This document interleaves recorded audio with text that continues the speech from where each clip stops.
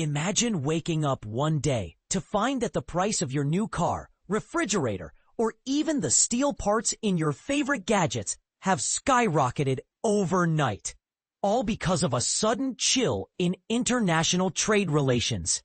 That's the eye-opening reality we're diving into today, as President Donald Trump's abrupt decision to shut down trade negotiations with Canada could ripple through everyday consumer prices.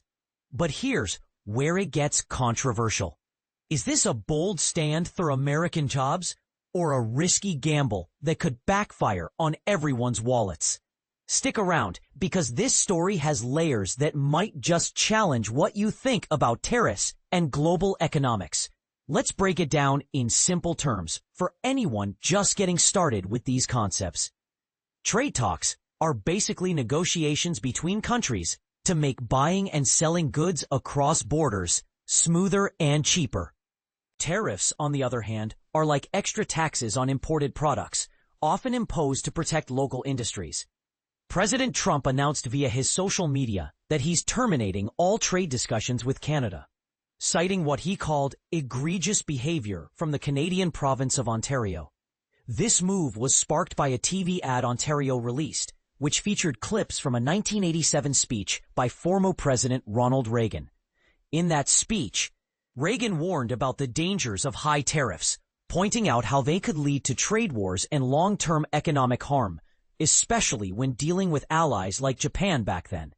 Trump claimed the ad was designed to influence an upcoming U.S. Supreme Court case on tariffs, though he provided no proof of this. Ontario Premier Doug Ford hit back on X, formerly Twitter, emphasizing the strong ties between the two nations. Canada and the United States are friends, neighbors, and allies. President Ronald Reagan knew that we are stronger together. God bless Canada, and God bless the United States. It's a reminder that trade isn't just about money. It's also about diplomacy and shared prosperity. And this is the part most people miss. While tariffs might seem like a quick fix to protect American interests, they can escalate tensions and hurt consumers on both sides of the border. Right now, many Canadian goods face a hefty 35% tariff under Trump's policies. Fortunately, a lot of these exports to the U.S. avoid those charges because they're covered by the United States-Mexico-Canada Agreement, USMCA, a modern free trade deal that replaced NAFTA. But there's another layer. Certain sectors get hit with even steeper tariffs, like a 50% levy on Canadian steel and aluminum. Canada, being the largest supplier of these metals to the U.S., had been pushing hard in negotiations to get those tariffs reduced or eliminated.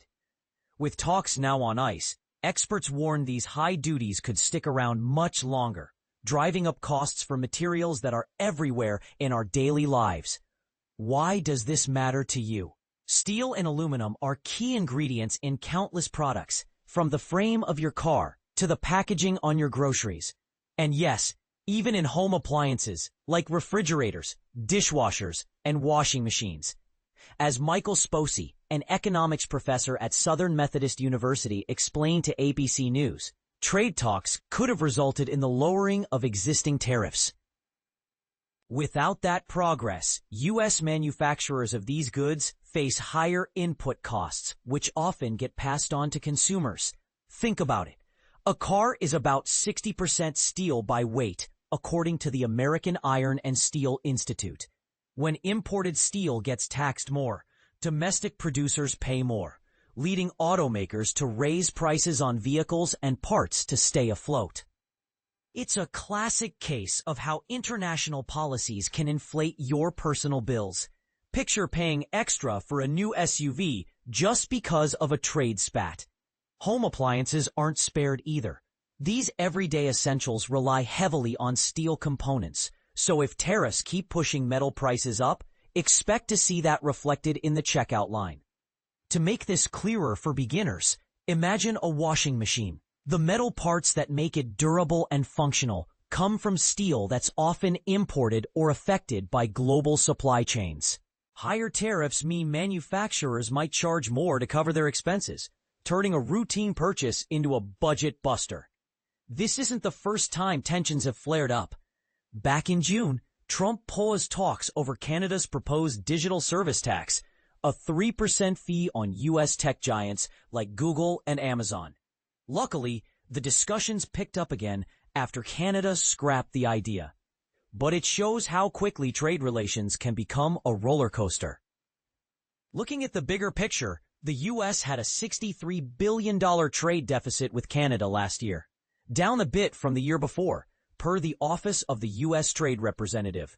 For context, that's smaller than the $295 billion gap with China or the $171 billion with Mexico, but it's still significant. The U.S. absorbs about 3/4 of Canada's exports, while Canadian goods account for roughly 11% of what America imports. Key items include crude oil, natural gas, and motor vehicles, many of which dodge tariffs thanks to the USMCA. And here's where it gets interesting for the future. The USMCA is scheduled for a joint review next year, offering a chance to tweak the agreement. Tyler Schipper, an economics professor at the University of St. Thomas, warned ABC News that Trump's current frustrations could sour those talks too. The breakdown of these talks about current tariffs probably doesn't bode well for those negotiations, he noted. If things deteriorate, it might affect prices on even more imports, like cars from Canada, potentially leading to more expensive auctions at the dealership. Boldly put, this situation highlights a heated debate in economics. Tariffs can protect jobs and industries, as Trump argues, but they often lead to higher consumer costs and retaliatory actions, sparking trade wars that harm everyone. Critics say Reagan's old words ring true today. Tariffs might feel empowering in the short term, but they risk long-term damage. Is Trump's approach safeguarding American security and the economy, or is it isolating allies and inflating prices for everyday folks? And this is the part that invites your thoughts. Do you side with protecting domestic industries at any cost, or do you worry about the broader fallout on consumers? Share your opinions in the comments. Do you think this halt is a smart strategy or a missed opportunity for cooperation? Let's discuss.